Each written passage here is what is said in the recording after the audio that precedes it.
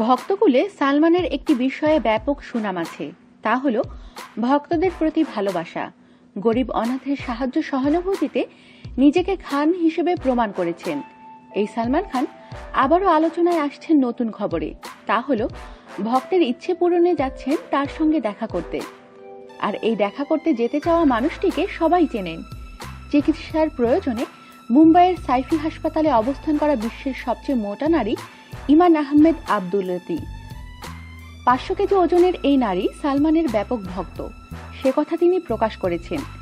ইমান যে চিকিৎসকের অধীনে চিকিৎসা নিচ্ছেন তার নাম মোফাজ্জেল লাখদাওয়ালা। এই চিকিৎসক আবার সালমানের পরিবারের ব্যক্তিগত চিকিৎসক। তার মাধ্যমেই সালমানের সঙ্গে দেখা করার ইচ্ছা প্রকাশ করেছেন ইমান। এ বিষয়ে সালমানের বাবা সেলিম খান বলেন, আমরা তার ইচ্ছের খবরটি শুনেছি। সালমান অবশ্যই তার সঙ্গে দেখা করবে। এ ধরনের রোগীদের ইচ্ছে পূরণের জন্য অভিনেতারা প্রয়োজনে যে কোনো জায়গায় যাবে। তবে হাসপাতাল কর্তৃপক্ষ থেকে এ বিষয়ে আনুষ্ঠানিক কোনো চিঠি এখনো দেয়া হয়নি। চিঠি পাওয়া মাত্রই সালমান খান তার সঙ্গে দেখা করবেন বলে জানিয়েছেন তার বাবা।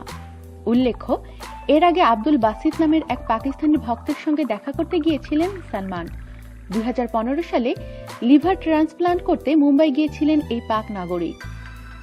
আমাদের সাথেই থাকুন আর সাবস্ক্রাইব করুন।